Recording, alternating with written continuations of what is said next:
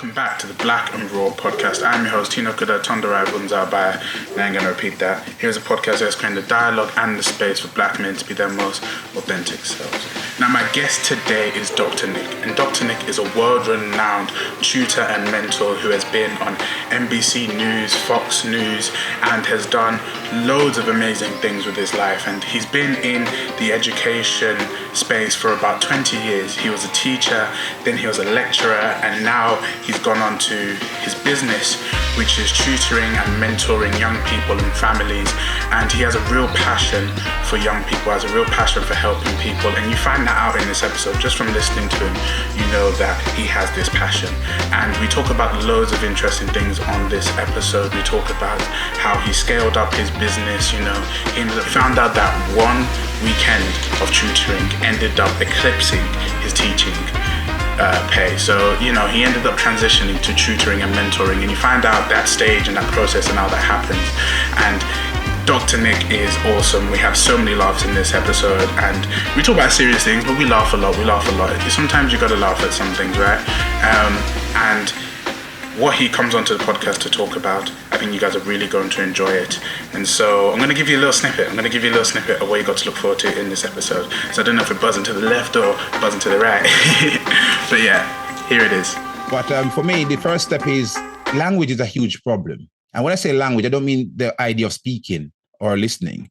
What I do mean is the way we use words.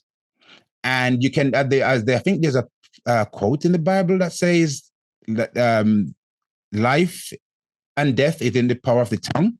And I think it means about the words that we use. And you can use negative words to create a negative vibe and to create a negative mindset. And negative people use negative words because their mindset is negative. So what they think is negative and what comes out of their mouth is negative. Because the words you use, they come from your soul. They come from very deep within. So when you hear a young person speak and the way they talk about themselves and describe themselves, then you can start to feel that they have low confidence or whatever. So what you have to do is to know what you call a paradigm shift, where you start to shift their language. You're not going to just tell them, don't use negative words anymore. When they say something, you repeat it in a positive frame. So as they came forward, I started training them. And that's how the whole thing about becoming a youth mentor and teaching people to become youth mentors and giving I have a youth mentoring certification program where I can now certify people to become youth mentors and stuff. So that's how that came out, because people wanted to help the community and I wanted to find a way to help them. And I couldn't say, come volunteer with me, come work with me. I didn't have the capacity for that. So I thought, if I teach you to go and do this stuff, then if you go there and you do it and you make money and you do what you're basically doing what I'm doing. Some people said, but you're creating competition for yourself. I'm like, there's no competition here. There's no competition. There's no people who need help. So therefore, if, I believe the community is always growing and evolving and they need different talent, different skill set, different people to help. How much can I do? How long am I going to be here for? I'm not going to be here for the next 200 to 300 years. I wish I would be, but that's not the case. So part of my legacy is to train as many people as possible. I'm now looking to train 500 people in the next few years to get them out there in the community to be doing the mentoring. So, now that you've seen what you've got to look forward to in this episode, I really hope you guys enjoyed the episode. Please tell me what you think in the comment section, and please leave a review, leave a like. It helps this podcast grow. And share it with a friend. Share it with anyone you know that is maybe a teacher or that wants to become a mentor, Like I said, Dr. Nick is worldwide. So if you're listening to this, I know I've got a following in, is it Singapore? Not Singapore, I think it's Vietnam or one of the Southern Asian countries. No, it's the Philippines. Got a lot of people in the Philippines, which is nice. I never thought I'd have people in the Philippines. But the podcast is worldwide too. So we've got plenty of people that are listening in many different places. And I also hope that if you are a mentor, wherever you are, if you want to reach out to Dr. Nick after listening to this episode, then please do. His website is www.drnick.me. So it's going to be down there. That's how I did the little thing, the little shimmy, not the shimmy, and now I'm shimmying. But yeah, let's get to this episode before I start dilly-dallying and dancing even more. So here is my conversation with Dr. Nick. So, Dr. Nick, welcome to the Black and Raw podcast. It's really good to have you on. Brilliant. Thank you very much, Tino. Thank you for inviting me. My pleasure. No, it's all right. How has your day been? How you been? Yes, I've been great. Just been working, as you know, I'm a teacher, so I do a lot of my teaching in the evenings.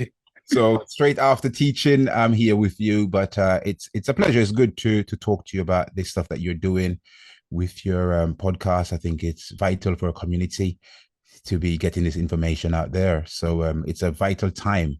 So I couldn't resist the opportunity joining you. No, thank you very much. Thank you. And you mentioned teaching, and so we'll sort of just get into the meat of it. Can you tell my audience what you do, your passion, and how that came about?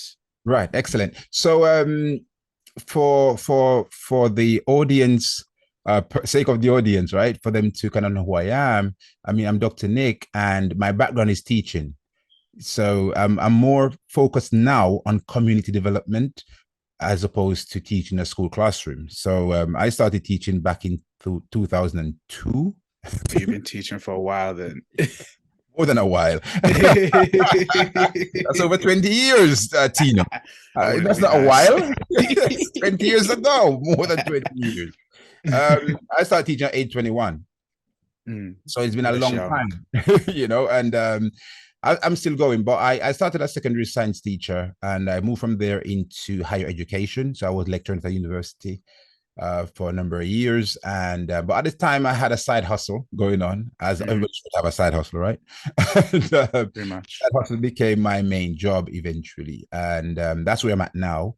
I'm working in my own business, which is tutoring and youth mentoring, where I support the community, parents and children with their endeavors. And I also train people to become mentors as well, because some people out there trying to get into the field of youth mentoring. I have a training course that I run to support them because it's the vision of empowering the community. So that's where I'm at the moment. Yeah, no, that sounds very interesting. And I'd like to know sort of how you got into that. But do you miss teaching? You've been doing it for a while. You did it since you were 21 years old. Do you ever miss being in the classroom and educating young minds? Well, I teach every day. But as I said, I'm a True, teacher, true. so I teach within my own organization as opposed to a school classroom. So when I kind of my background to teaching, I got involved about 2002 thereabouts, and I was in the classroom full time up to 2009. In 2009, I wanted to go part time because my business was growing on the side, and I wanted to put more effort in my business because by then I started to learn and understand the power of finances and how money works and how business works and so on. Because when I was growing up, I didn't really learn that. So I grew up in Jamaica, and our thing when I was growing up back home, it's about going to school, get a good education, work hard, and work until you get a pension. So that was the blueprint I had was to follow. I now call that the standard life plan. So many of us got that plan, right? So it's Yeah, kind we of all do. standard, isn't it? It's pretty Yeah. standard plan that we get back then. So that was what I got, and I was working on that. And then about mid 2010s, around no, actually no, about 2005 thereabouts. I got involved in the whole thing about coaching, and I started to get a coach of my own, somebody to mentor me, and that's when I really started to learn and understand, the game of money and business and how it works. And I changed my mind because my one of my motivation was to become a deputy head teacher, so I was en route for that, and I got involved in other things, and I changed my mind, and I thought, well, I don't think that's the route I want to take anymore because at the time I didn't know any other route. So Yeah. that's why I was just following my standard life plan, as I call it, because I knew nothing else. But then when I started to interact with other people who are doing other things, and these were entrepreneurs doing great things and wonderful things within the community space and so on, and I realized that they were making a decent living from what they were doing, and they were building the community. I thought that was a really good idea, and they didn't have the politics around Yeah, of being as I was getting in school, and they didn't have to wake up so early because I waking up so early at 5:30 in the mornings to get to work. So when I look at all of that, there's a lot of pluses. So that's when I decided I was gonna focus more on my business because I had the business started, but I wasn't doing much with it at the time. You know, Yeah. something on the side, it's just a small thing. But then I started to focus more on it. And then by '09, I wanted to go part-time at work because my business grew to the point where it was sustaining my lifestyle. And I think if I go part-time at work, then it would be fine because I could put more effort in the business. But at the time, the head teacher I had said I couldn't go part time because I'm a science teacher and it's a core subject and Ofsted and blah blah blah. So More I decided to politics. resign. Exactly, the politics came in. So I decided to resign from that job. People say, "What are you gonna do now? You resign from your job, whatever." I'm like, "Oh, but I didn't know how a little backup thing going on." So Yeah, little side thing. you know, what I mean? Why why I wanted to go part time at the time was I realized whenever I went out and I did any marketing, that time back then we didn't have social media. So we had Mm-hmm. to go out and literally drop flyers, or you go to a shop and you stick things in the shop window, and you know those old school marketing. I don't think you would have understood that kind of marketing anyway, Tina. I'm a bit young for that one, I will You know, say. but the older folks out there who understand flyers and leaflets and stuff like that, they would know that, you know, we go to a shop and you ask them, can you put something in the window? They were charging like 50 pence a week to put like an A5 flyer in the window. I don't know if you know A5 size, what that looks like anyway. Yeah, I know what you're Everything for you saying. guys are digital nowadays. You don't print anything. So Still got to make content. So there's still no sizes. yeah, there you go. Well done, very good, awesome.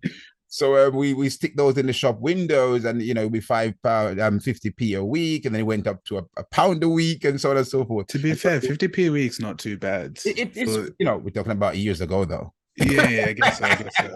Or a small thing in the window. And if you went up for an A5 size, I'm sorry, A4 size, you pay double, and so on and They so forth. charge, yeah, they Pay for the charge you space. more. So it was awesome. And whenever I went out and I did anything like that, I would get some immediate response where people calling me up said, "Hey, can you support my child? We're looking for a tutor." At the time, tuition wasn't popular either. It wasn't sexy. It wasn't cool. Nobody knows Mm, about tuition, but I know about it from back home. So I brought the concept with me, and yeah, so I was getting these phone calls and stuff. So I realized that every time I step out and do something, I'm getting a raise of pay. But if I'm in school, doesn't matter how many hours I put in, I didn't get a raise. So I thought to myself, it's better if I take time out from work to put more time in the business. And then they said I couldn't go part time, so I thought I'd try something else. So I resigned, and I saw a part time job at Middlesex University for an evening time lecturer to lecture mm. education studies. So I got involved in that. I applied for that. I got the job. It was great. I spent about, I think, 6, 7 years there lecturing from '09 to 2014 or 15, something like that. I was the other lecturer in education studies. And at that time, my business started to grow even more rapidly because I had more time to put in the business. And after that period, you know, during that period, the business grows so much that I felt I needed to put full time energy in the business. So I Mm. then decided to quit my job and then focus fully on my business. And that was a blessing because it really helped me to continue to build my community, which is my passion. It's about building our community, building the Black community, because as you can see, some areas, you know, within our community is in need of a lot of help and support, especially young people. So I was very happy that I was able to step back and then, you know, focus on the community, focus on building up our community, focus on the young minds, focus on helping the parents who need the support. And then gradually that continued, and it just grow. So till it got to the point where I started to teach other people to do what I'm doing because Yeah. I could manage all the work myself. Nah, you need some help. We all need some help, don't we? We need help. Also, So so you can step back a bit and enjoy your life in it. You can still do yeah, some of your work, but it's not the enjoyment of the life, to be honest, because I've been enjoying my life a lot. I mean, even this yeah, podcast here is good enjoyment for me. yeah, It doesn't take much for me to enjoy life, you see. But it was about, for me, it's about multiplying myself so we could have a bigger effect on the mm, community. Because if you're a leader, right, and you can create 10 leaders, as I said, your measure is not how much you achieve for yourself, but how many people help to achieve what you can achieve, you know, what yeah, they can achieve, sorry. So for me, it's about stepping back and getting people to step out and achieve a lot as well. So if I can only support 50 students a year, and if I train 10 people who can also support, say, 50 students a year, we're now supporting 500 students as opposed to me just supporting 50. So yeah. No, that's true. It's the And multiplier effect. that's just averages you're giving. That could even be more, couldn't it? You know. Exactly. And if we do that for So 10, 15, 20 years, the numbers are staggering. yeah, my maths is not that quick. I'll give you a lesson, don't worry. Uh, yeah. To be fair, I think that's really good as well. And like hearing the fact that you were able to, find that job as a lecturer and go part-time, but then grow your business from then, but then even then eventually being like, okay, now I'm gonna go full-time into my business. Were you nervous or anything, being like, because obviously you are leaving stable money to a certain extent. Like were you ever worried? Were you ever nervous? Not really, because remember, I started off the business before while I was still teaching. So I started business in Mm, 2003. So by '09, I had like some years of experience, and I only saw that the business was able to sustain me to to a certain extent on a repeated basis. So I mm, test everything. That's me anyway, right? I'm a scientist. I test yeah. everything. Right? So that's my mentality. Test, test, test. If you don't test, you don't know if it works. So in my head, I'm thinking, okay, I'm running this thing. I can see that I'm making, £200, £300 a month, whatever, till it build up, build up, build up, till I realized that at one point, and this was only me working on the weekends. Mm, One point, I saw that the business was making more money, just me working one weekend, just on the weekend. So once a week, basically, right? That yeah. was making more money than I was making for my full-time teaching job. Wow. So at that Crazy. stage, it tells you that no, no, no, you're in the wrong place. You need to do something else. Yeah. It's a no-brainer, isn't it? Yeah, it So really I is, was isn't making it? more than my income at work. So therefore, in my head, I'm thinking, all right, now I need to step back from my work now and do something else with this business because obviously it's clearly working. Mm, So I wasn't nervous because I had built it up to the stage where it was stable, and I realized that I can sustain it. So when I walk away from my work, I was walking away with feeling very empowered because I know I'm going to grow my business now even bigger. And as I grow even bigger, it's going to become stronger, have more funds. I can do more things, have more free time, and so on. And then I got the part-time lecturing job, which was just another level because now I was lecturing and teaching teachers. So I was getting the yeah. experience of teaching people how to become teachers. Whereas before I was Okay. just a teacher myself in the classroom, teaching children maths and science and whatever. Yeah. But now I'm focusing on the adults saying, hey, this is how you actually teach a lesson, how you create a course and teach, and so on and so forth. So that was really building up my own experience. I was only 28 years old by then. Wow. so, Fair so enough. Fair enough. yeah, so that was in itself a big experience for me, being a 28-year-old person, having this responsibility of running a course at a university. And I was also running a master's course. Mm, So I was given the lead on a master's course. So that was as I got a little bit more experience. So that was for me with a big deal at the time, which had really helped my career. yeah. No, brilliant, brilliant. And yeah, you know what? I think in terms of tutoring and mentoring, you never really know what it is until you need it. Like I had to be tutored when I think it was GCSEs. I was getting tutored for maths and for English, because I obviously I needed it. I needed the support. I was my dad also was a maths teacher, so I was a boy that hated doing maths, that was poor at maths, with a dad that taught maths. So Yeah, yeah, not a good look, Tino. Not a good look. no. Yeah. No, it wasn't. It wasn't.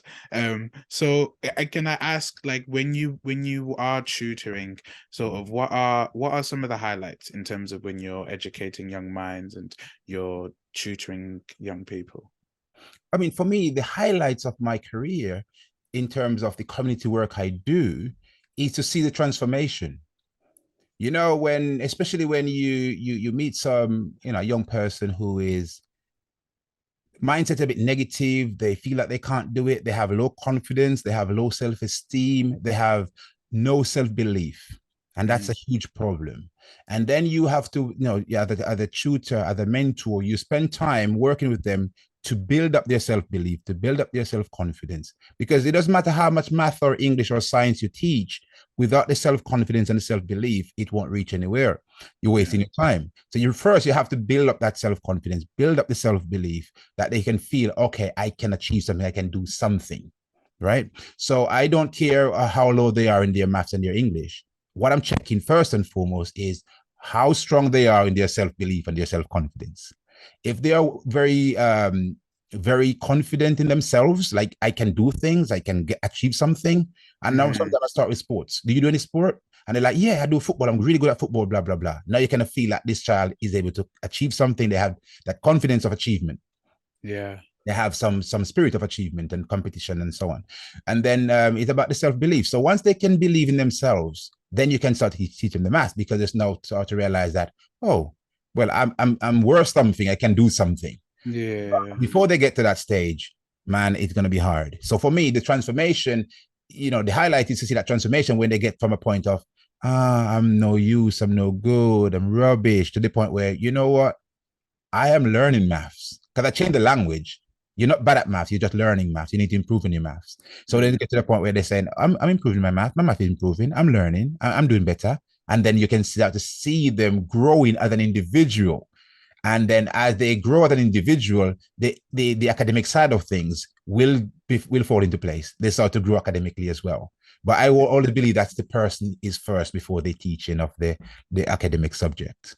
So how do you build that self-confidence? How do you build that self-belief in somebody? I know you said you sort of help change the language in terms of like, I'm learning and I'm doing better, but is there anything more that you do, or do you try and get outside help when you're trying to build someone's self-belief? No, I don't go for outside help because that's my area of expertise. So Yeah, no outsourcing. I would really draw upon outside help. I mean, I am in a community where I know a lot of people who can do a lot of different things, and wonderful professionals as well. So if I do have anything I'm struggling with, I know who to call upon, of course. But doing this for so long, nowadays I kind of just can do it with my eyes closed. But for me, the first step is language is a huge problem. And when I say language, I don't mean the idea of speaking or listening. What I do mean is the way we use words. And you can, I think there's a quote in the Bible that says that life and death is in the power of the tongue. And I think it means about the words that we use. And you can use negative words to create a negative vibe and to create a negative mindset. And negative people use negative words because their mindset is negative. So what they think is negative and what comes out of their mouth is negative. Because the words you use, they come from your soul. They come from very deep within. So when you hear a young person speak and the way they talk about themselves and describe themselves, then you can start to feel that they have low confidence or whatever. So what you have to do is to know what you call a paradigm shift, where you start to shift their language. You're not going to just tell them, don't use negative words anymore. When they say something, you repeat it in a positive frame, right? So I'm rubbish at maths. I would say, no, you're learning maths. Mm. You become good at maths. So you start to use different, a positive tone to it, and you shift it around. So then eventually they start to adapt this positive language. And trust me, if you start to speak positively about yourself, you will start to grow. As opposed to say, oh, I'm not good at something. If you say, you know what, I'm learning this thing, you start to find some form of joy and enjoyment in that, because now you're feeling empowered. So it's a Yeah. language of empowerment, which I teach.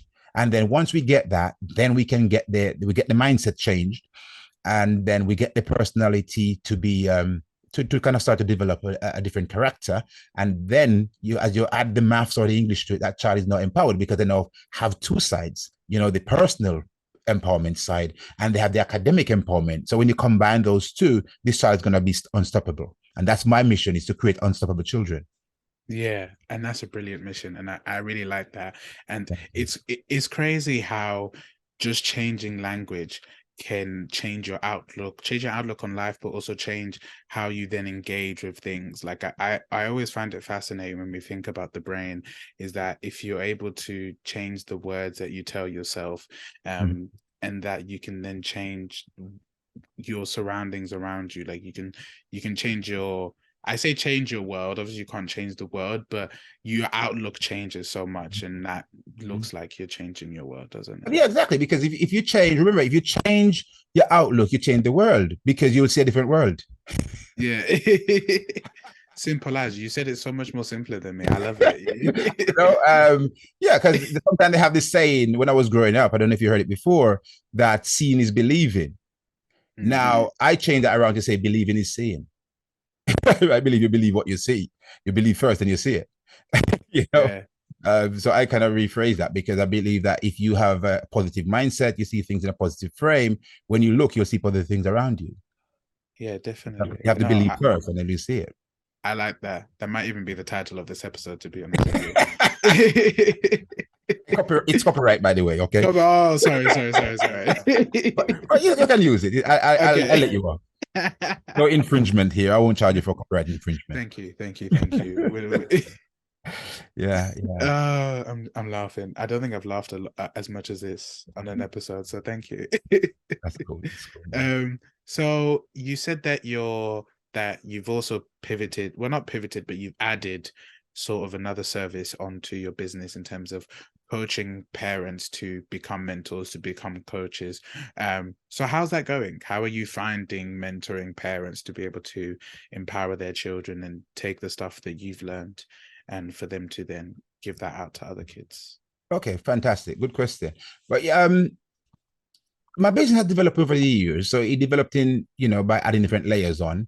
And it's a natural evolution. I mean, I didn't plan for these things. I mean, I didn't plan I was going to be doing this for 20 years. I mean, I didn't plan to be in the UK for 20 years. You wanted to leave us already? Coming, studying, and then leaving in about 2-3 years, 5 years, whatever. But it was about coming, studying, and go. It wasn't coming, sticking around for this long, create a family, get started. Because when I stuck here. Yeah, you know what I mean? Well, I'm not sure about the stuck bit, but No, you're here now. I'm still here. But I might be going back there one day, sooner than later, hopefully. So what happened is, as I started out, the first step was just to teach children maths and English and science and those kind of things, the academic side of things.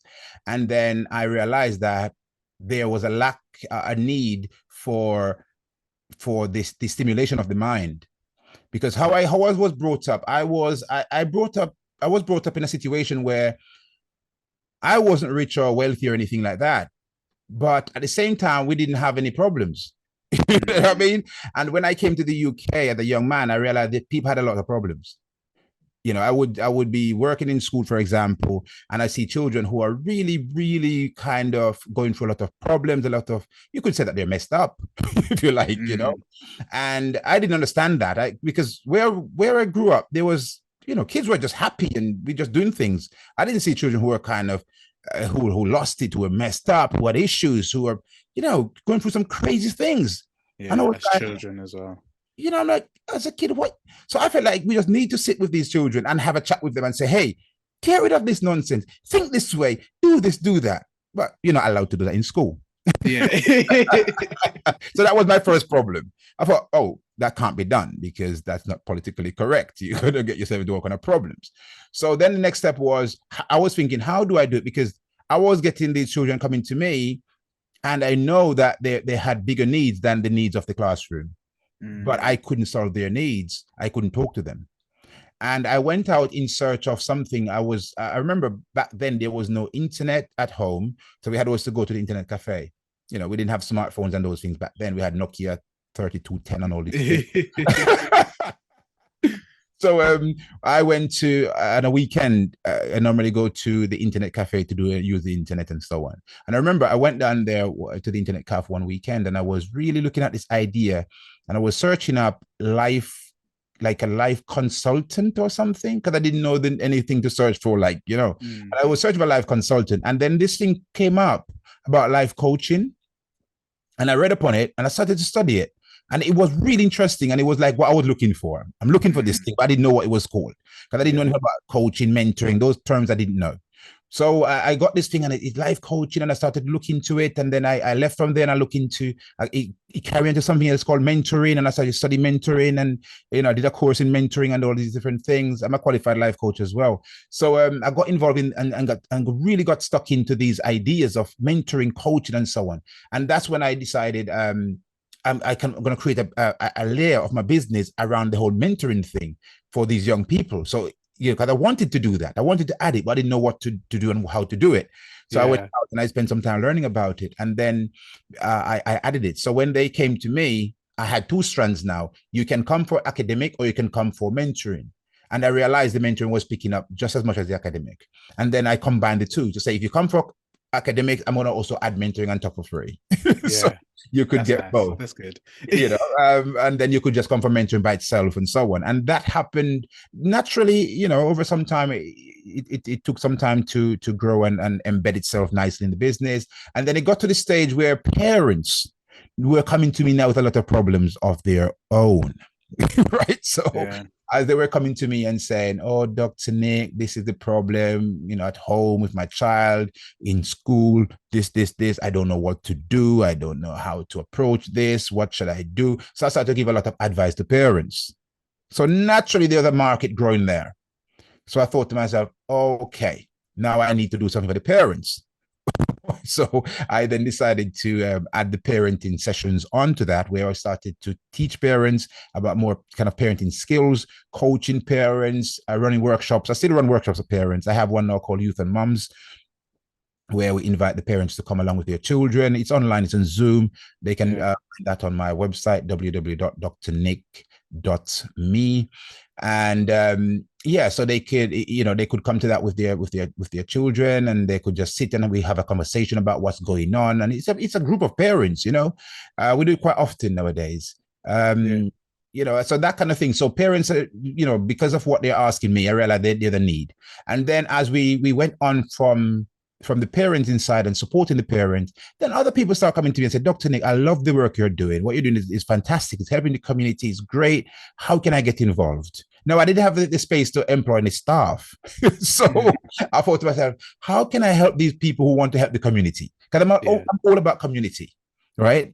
And I'm like, how can I help these people who really want to help your community? What can I do to help them? So I decided, well, if I could train them to do what I do, I don't have to employ them. Yeah. They could They don't become have to be on self-employed. payroll. Just They could become self-employed and go off and yeah. do the things that they want to do. Do the work because they have passion in it, and there is enough people out there to pay them anyway to do it for themselves. So therefore, if they go off and become self-employed, I don't have to employ them, because the number of people that come into me, I couldn't ever afford to employ all of them. I wouldn't have the need for them anyway. Yeah. But the community still need more people for help. Right. So I've been saying for the last 15 or so years, we need more mentors. We need more mentors on the ground. We need more people to help the community. But, gradually people started to come forward. So as they came forward, I started to train them. And that's how the whole thing about becoming a youth mentor and teaching people to become mentors and giving I have now a youth mentoring certification program where I can now certify people to become youth mentors and stuff. So that's how that came out, because people wanted to help the community. And I wanted to find a way to help them. And I couldn't say, come volunteer with me, come work with me. I didn't have the capacity for that. So I thought, if I teach you to go and do this stuff, then if you go there and you do it and you make money and you do what you're basically doing what I'm doing. Some people said, but you're creating competition for yourself. I'm like, there's no competition here. There's no competition. There's no people who need help. So therefore, if I believe the community is always growing and evolving, and they need different talent, different skill set, different people to help. How much can I do? How long am I going to be here for? I'm not going to be here for the next 200 to 300 years. I wish I would be, but that's not the case. So part of my legacy is to train as many people as possible. I'm now looking to train 500 people in the next few years, to get them out there in the community to be doing the mentoring, because the youth mentoring is really, really needed right now with our young people. With knife crime, the school dropout rates, young people are out of employment, the mental health issues. And I think that's what your program is mainly about, the mental health and the Black mental health and so on, especially in boys and men.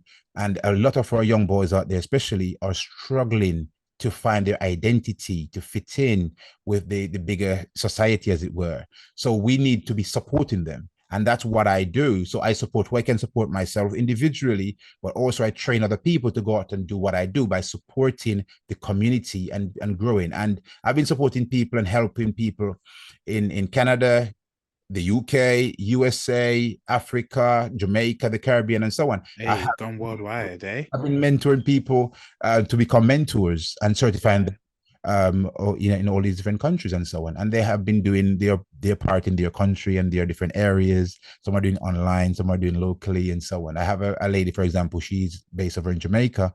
She's done her training with me, and her clients that she worked with are in America. So it's in Jamaica, people in America. and things like that. So it's a wonderful project. Anybody is interested in getting involved, they can check out my website, www.drnick.me. They will see a lot of information on there regarding what I do. Yeah, brilliant. Now, honestly, man, that's I'm lost for words because I think that's just awesome what you're doing, and you can really hear your passion for community and for empowering others. And I think it's good the fact that, as you were saying, there is no competition because there is so much need that we need the best people, we need the most people possible to bring their different skill sets because Mhm. I'm sure you get I'm sure you get people that are mentors that are, working in the NHS or that have been social workers or that are in different fields and that can bring their own experiences and their own knowledge and be able to support young people. Because I think what you said is quite important because there is a lot of stuff that's going on for young people now. COVID also had a huge impact on people's mental health, on people's schooling.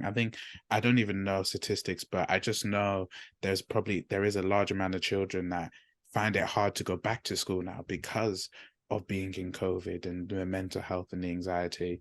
So it's really, I feel like you've taken quite a holistic approach because you've seen that there are needs for children in the home and for parents as well, that they also need to be able to be like, we need to make a stable environment in the house so I can thrive, but then also so their children can thrive. Because you can teach a kid everything, and I'm sure you probably experienced this. You can empower a child, you can give them all the knowledge, and then they go back home and they're just not in the space to complete their homework because maybe there's stuff going on at home, or that all this teaching sort of goes out the window because it doesn't then get reinforced back in the home space. So I'm glad you've taken very quite a holistic approach to your work.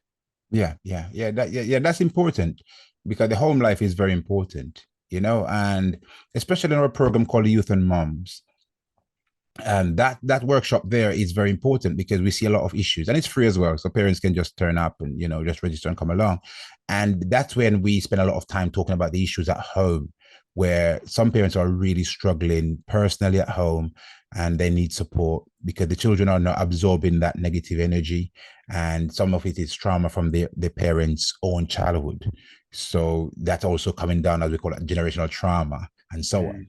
Mm, And I have been training people as mentors, such as social workers, like you mentioned. So they have their own skill set that they go with. I have a very nice lady I've trained up recently. She is working with moms and babies. She's from the NHS, and she works in she's obviously a nurse, and she works with babies in the hospital.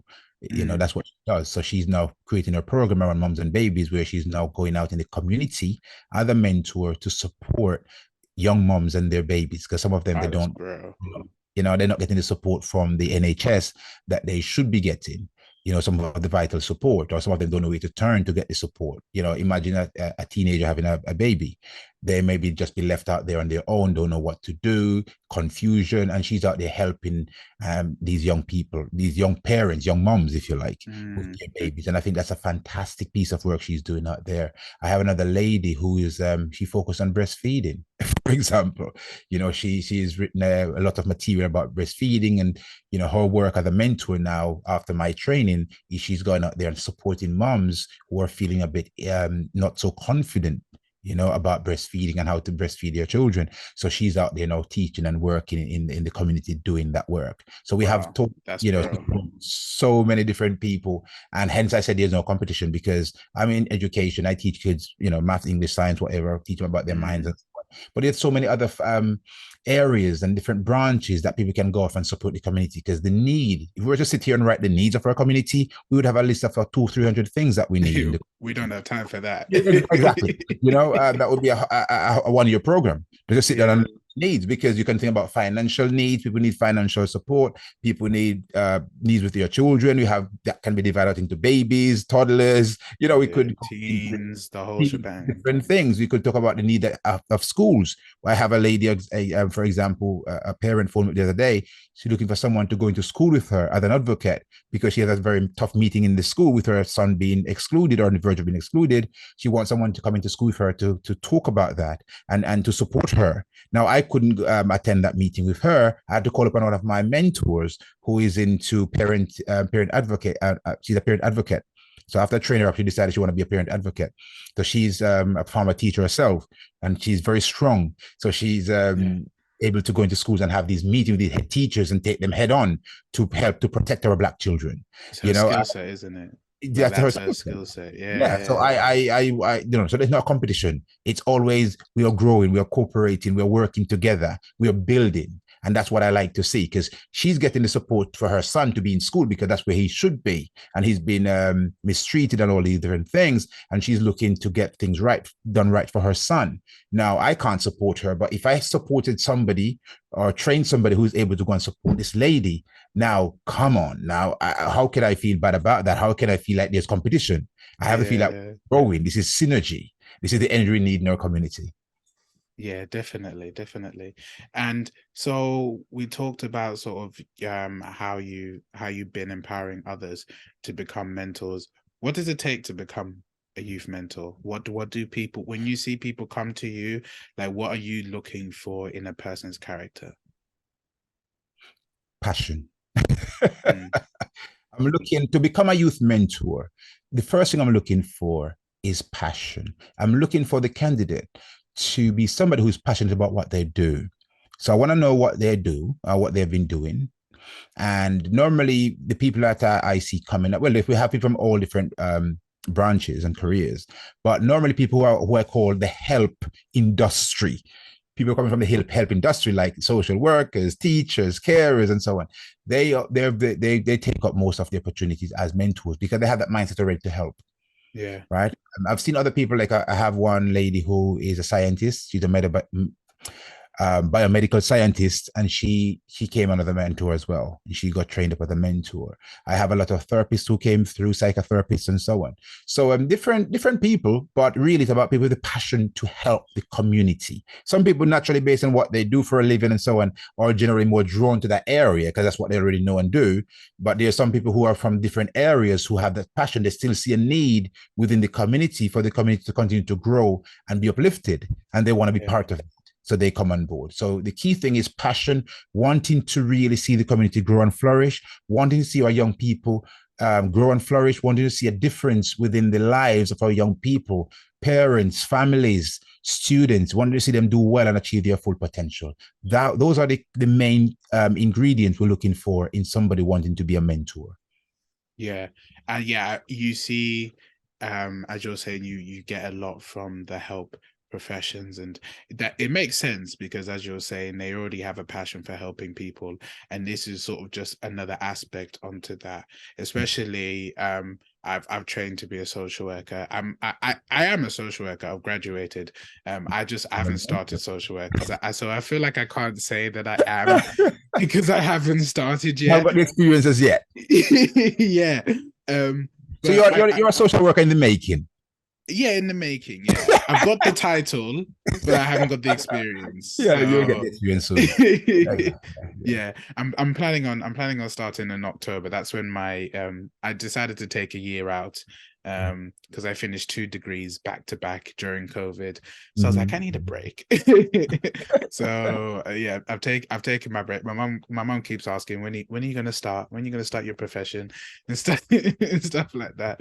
So I'll be starting soon. But I think for social workers, I think um it's hard for them sort of being within the system, I think, because there's a lot that they want to do, but they can't do it because of the budget. There's things which they know that are needed for children to be able to go there and spend time with them and, to be able to really build them up. So I can see why there would be social workers that be like, let me also train to be a youth mentor, because then I can go into the home for much longer. I can spend a longer time with people.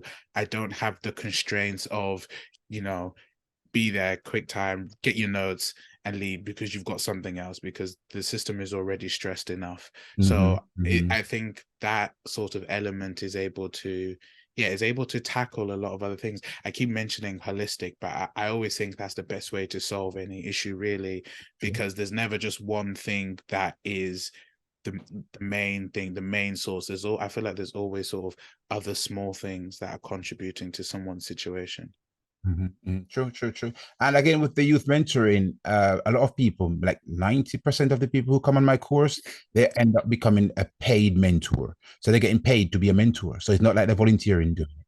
Because again, there are a lot of parents out there who are willing to pay for this service because they know, obviously, they want somebody to put their time and attention to their children and themselves for a long period of time. They need to pay for it. They need to compensate the person for their time.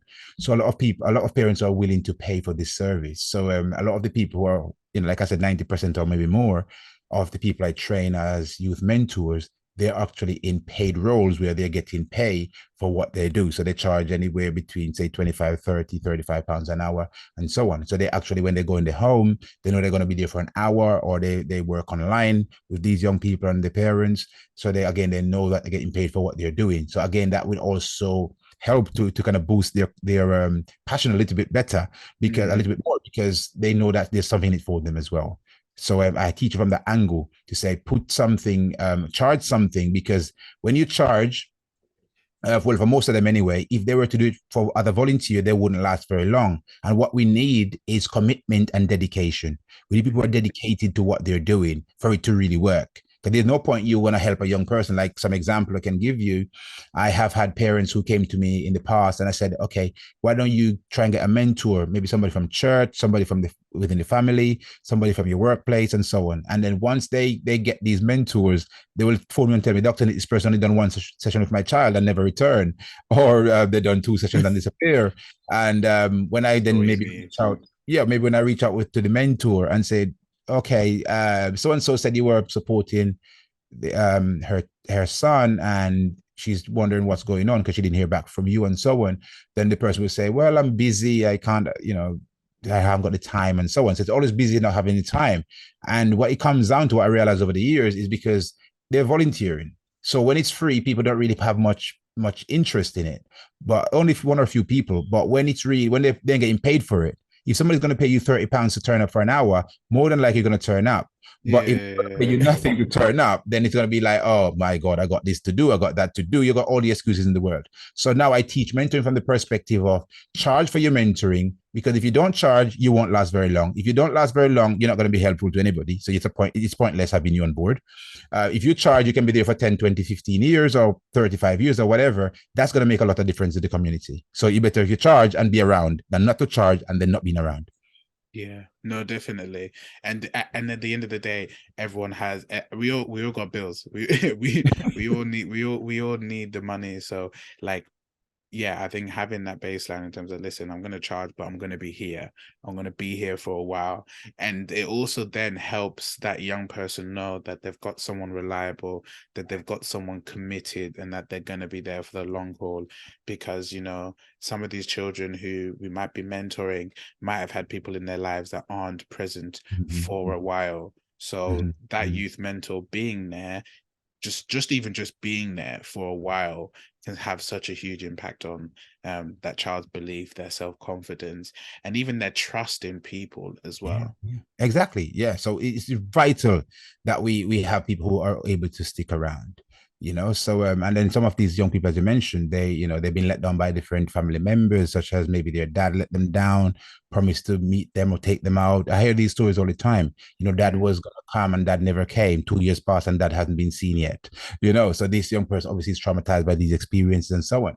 So again, for another person to go in and let them down, it starts to break the trust and break their hearts again.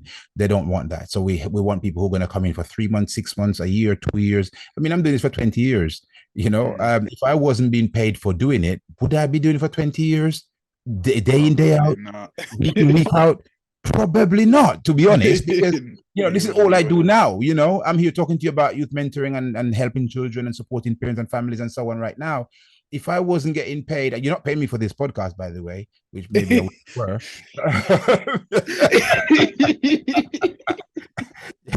episode number 2, I'll be charging for that. Okay, okay. My second interview with you. But on a more serious note, if I wasn't being paid for it, then I wouldn't have this flexibility, the time, or anything. I'll be telling you I couldn't. Well, there'll be no point talking to you anyway, because what would I be talking to you about? I wouldn't be here talking to you Yeah. about, if I was teaching a school, for example. I wouldn't be here talking to you about how school works. I'm pretty sure you understand that, and nobody really want to know too much about how school works because that's kind of common knowledge. But we talk about community development. So if I wasn't in the community, how would I be able to talk to you about community development? How would I be able to help to build the community, make it a better place? We're working on projects in Jamaica, for example. Those projects are going pretty well. We have a group of people down there doing stuff. We training people there to do help with the boys there and the situation there. That's some of them have some very, very challenging situations. How would I be doing all of these things if I wasn't being paid for it?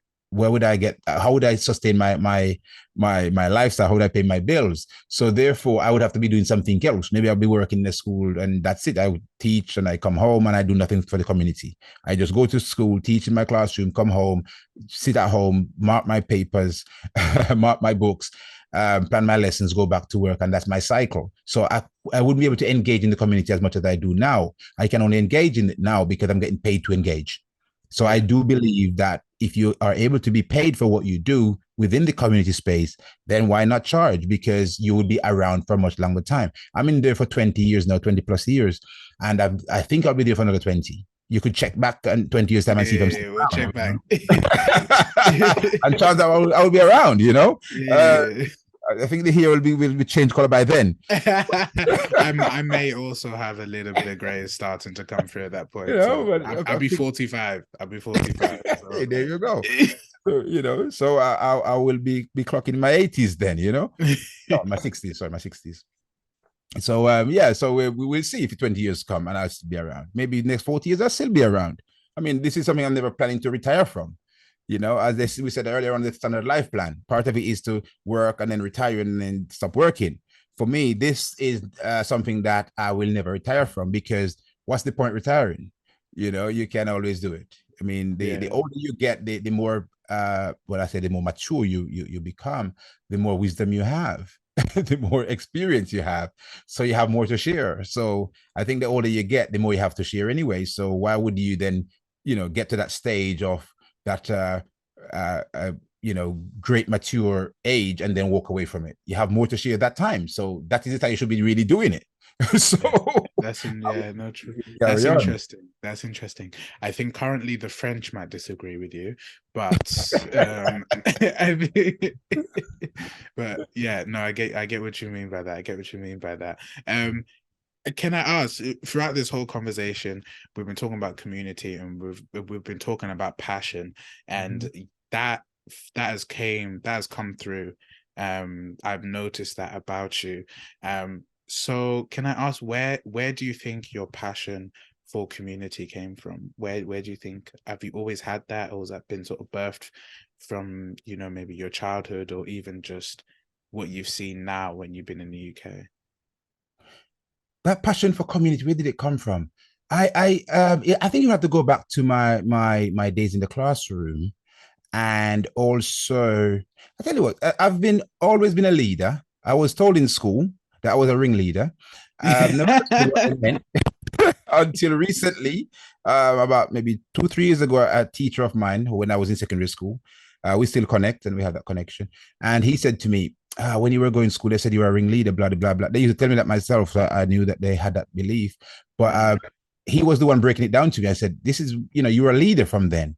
But because of the school system, it's not certain things that you were doing that weren't tolerated, which, as I come to know now, so you were seen as a bad thing. But so I've always been a leader. I think those are qualities I had since I was a young person. And the whole idea about building the community and seeing things becoming better within my community, I think that came through from my own drive as a person to be better, because I always want to be better, and I'm very ambitious in everything I do. I want to be the best. I want to be better. I want to see things happening. I want to see things in a better way. And I have this belief, I'm deeply spiritual, and I also believe that I should make the world a better place than I came to see it. Yeah. So these are some of the drivers. But to say exactly where it came from, it's a hard one because I can't really put my finger on it. I got into teaching because of passion of helping. So where that had to be what has to be there before teaching came along, you know. But I would say, where did it come from? Maybe it was just innate. I had it within me since I was born, but I didn't really know. I was very helpful in school with my friends, so to speak. So in my group. Ringleader. Well, there you go. So I'm making sure I'm leading and they're following and we're doing making everybody happy within the group and so on and so forth. So if I wasn't able to show them passion and maybe care and whatever, maybe they wouldn't really follow my lead if that was it. I was house captain at school. I was house captain. I was a captain of a sport team as well. I did. I was captain of my quiz team. So I was captain in many different capacity. So I think I had this kind of this drive to lead people and to want to see change. I want to see better, and so I think that was all there since I was a young person. But it wasn't really tapped into and enhanced. And again, that's one of the things that school kind of fail at. They don't really tap into children's strength. They will tell you to cut it out, instead of saying, hey, you're great. We should train you to become a public speaker or something because they have talent in that area and to influence people and so on. They might say, oh, yeah, you talk too much. Stop talking. Well, that is the child's greatest strength. Why would you want to shut them down? But that's how schools work, right? That's why they don't always. So, yeah. So I remember I was going to say that the person who I was talking to last week, he actually said that himself, that the thing he would always get into trouble with at school was talking. and now that's what he does. Now that's what his passion is. There you go. So school always school. You know what? I think I don't even know. I don't want to get into about the education system, but I don't know whether they're equipped to help kids to do that. I don't know whether they have they're not resources or time to do that, which is a one size fits all, isn't it? But I think we should have another session on the school system because I have a lot we could say about that. But yeah, and I'll pay you for that one. Yeah. Okay, cool. Yes, I'll be prepared, more prepared. I'll send you an invoice in advance. Okay. Okay. First. But awesome. Yeah, that's yeah. Whenever you're ready, man, I'll do another one because the school system is something that is a whole different kettle of fish, and there's a lot of stuff there that we need to talk about, that we need to address, that our community will need to know about at some point. So I'll leave that for you to sort out. But I think you all appreciate that. No, that's at the end. That's a whole nother episode. That's a whole nother unpacking. And so to ask the final question of this podcast, which I always ask my guests, say if there's a young Black boy that's listening to this conversation, how can something that help them with an understanding of themselves? Right. So I hope they're listening. First and foremost, I hope your audience has a mixture of young people, and young Black boys will be there as well.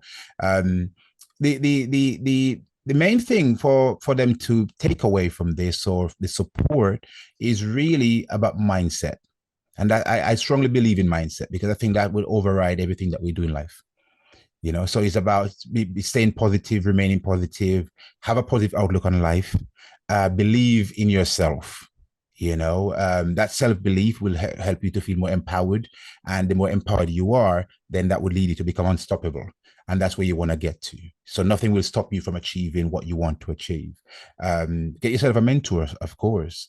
If you're a young person out there, you might have met other people that you like, you look up to. Maybe Tino is one of them. Ask him to for you.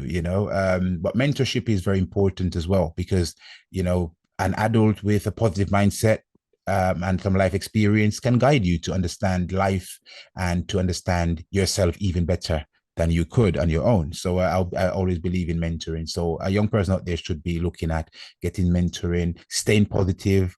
The other day I was a very, very strange story, but the other day I was in Westfield in East London, Stratford, and I was in Westfield just shopping and doing my general business, and I saw, but I didn't see him. A young man came up to me and he said to me, "Sir." So I looked around and I said, "Excuse me, do you know me?" He said, "Yes, I know you. He was very excited. He said, "I know you. You taught me science. You taught me in year 8." Now he's taller than me. He's a grown man. He's Yeah. 24 or 22 or something like that. So many years ago, I taught him when he was 11 or 12 years old. So you must know it's a long time ago I taught him, right? So he's in his 20s now or whatever.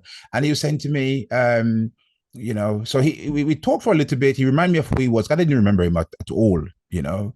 He reminded me of who he was and so on and so forth. He came over from, I think it was Uganda or one of those countries at the time when I had him and so on.